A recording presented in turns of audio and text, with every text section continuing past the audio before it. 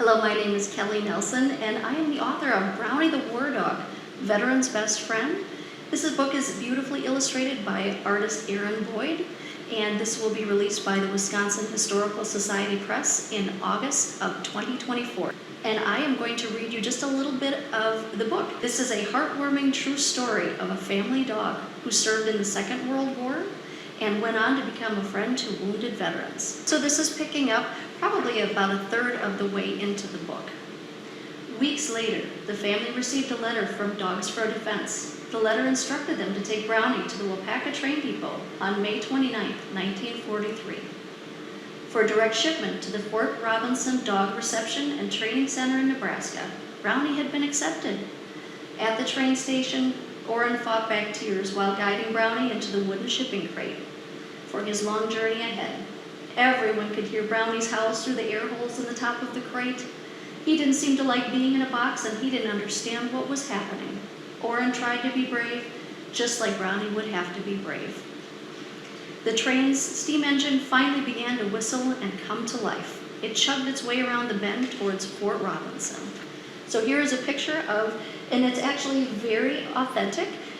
Artist Aaron Boyd took great pains to have things be accurately depicted. So this is what the Waupaca train depot looked like in the 1940s. Far away from Orrin, Brownie arrived at Fort Robinson. The U.S. Army veterinarians checked him over. Then Brownie met the dog trainers.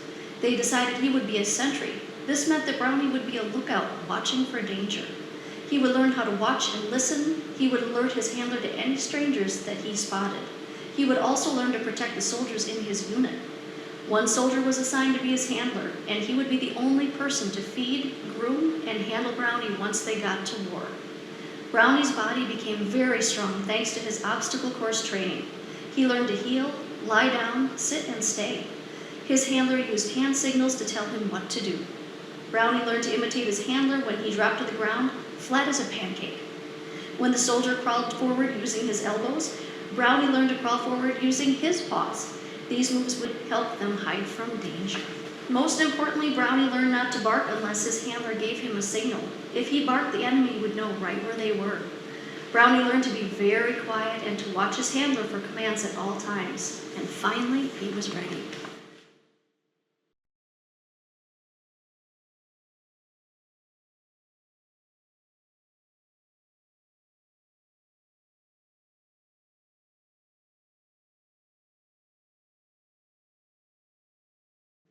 As Brownie rested and readjusted to life at home, his family watched him closely.